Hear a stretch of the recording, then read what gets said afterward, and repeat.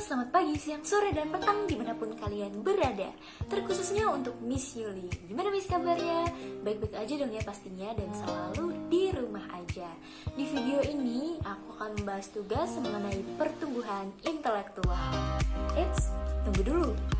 Tapi pertumbuhan intelektual itu apa sih? Pertumbuhan intelektual adalah suatu proses pertumbuhan yang berkaitan dengan kemampuan seseorang dalam berpikir dan mengolah informasi. Lanjut ke tahap pertama, tahap berpikir secara sensori motor. Tahap sensori motor ini dialami oleh bayi berusia 0 sampai 2 tahun. Kira-kira fotoku seperti ini. Gimana? Lucu kan? Enggak sih, biasa aja. Nah, pada tahap ini, panca inderaku sudah mulai bekerja melalui lingkungan yang ada di sekitarku. Jadi, selain panca inderaku bekerja, aku juga dapat mengamati lingkungan sekitarku tuh seperti apa gitu. Panca indera itu ada banyak loh, mulai dari penglihatan, pendengaran, penciuman, dan juga perasaan. Nah, pada tahap sensori motor itulah aku sudah mulai dapat mengerti dan panca inderaku tuh sudah mulai bekerja lewat lingkungan-lingkungan yang sudah mulai aku kenali lebih dalam. Lanjut ke tahap kedua, pra sampai operasional.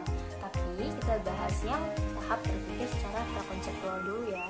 Tahap prakonseptual ini dialami oleh bayi 2 sampai 4 tahun. Kira-kira fotoku seperti ini. Oke. Nah, pada tahap ini aku sudah mulai meniru kata-kata dari orang lain itu seperti apa, walaupun aku nggak tahu maknanya seperti apa. Jadi aku sudah mulai terlihat ingin aktif dan menunjukkan diriku ini loh, diriku seperti ini, mengikuti kata-kata orang lah, ngomong lah sana sini, padahal belum tahu maknanya apa. Nah, itu tuh berpikir secara prakonseptual. Kemudian berpikir intuitif. Nah, intuitif ini dimulai dari anak usia 4 sampai 7 tahun. Kira-kira fotoku seperti ini.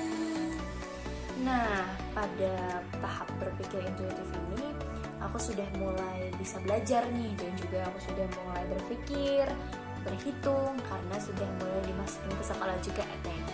Jadi sudah mulai perlahan-lahan terasah ilmu pengetahuannya.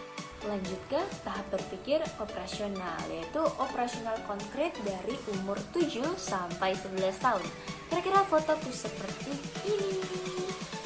Nah, di tahap ini aku sudah bisa berpikir untuk gimana sih mencari masalah dengan konkret, membedakan waktu, jumlah, juga mengetahui hubungan sebab dan akibat.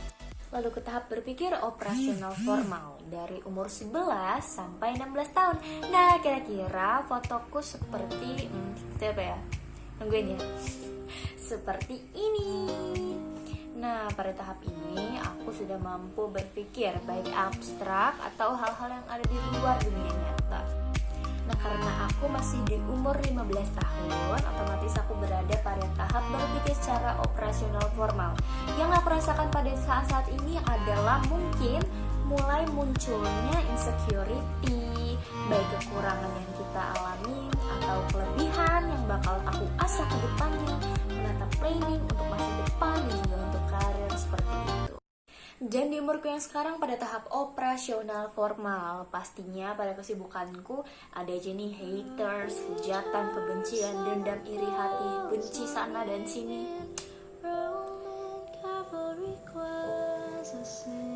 Capek gak sih jadi aku? Jawabannya enggak. Ini adalah tantangan yang Tuhan Yesus berikan untuk diri aku. Dimana dengan tantangan ini juga, kita juga sudah mulai paham akan diri kita seperti apa. Kepribadian, tujuan hidup, kesabaran juga pastinya terlatih. Komitmen dalam menjalani hidup semuanya terlatih. Kita masuk ke pertumbuhan kognitif Jentiket. Jentiket ini merupakan salah satu psikologi yang menyumbangkan ilmu bagi banyak orang, terutama ilmu psikologi. Nah, salah satu ilmu atau temuan teori dia adalah pertumbuhan kognitif. Pertumbuhan kognitif manusia dilalui oleh beberapa tahap hingga pada akhirnya seseorang manusia tersebut dapat memiliki kemampuan untuk mempresentasikan dirinya.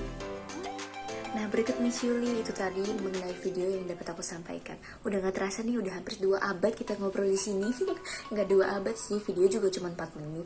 Ya wes, selamat malam. Ini aku buatnya malam soalnya.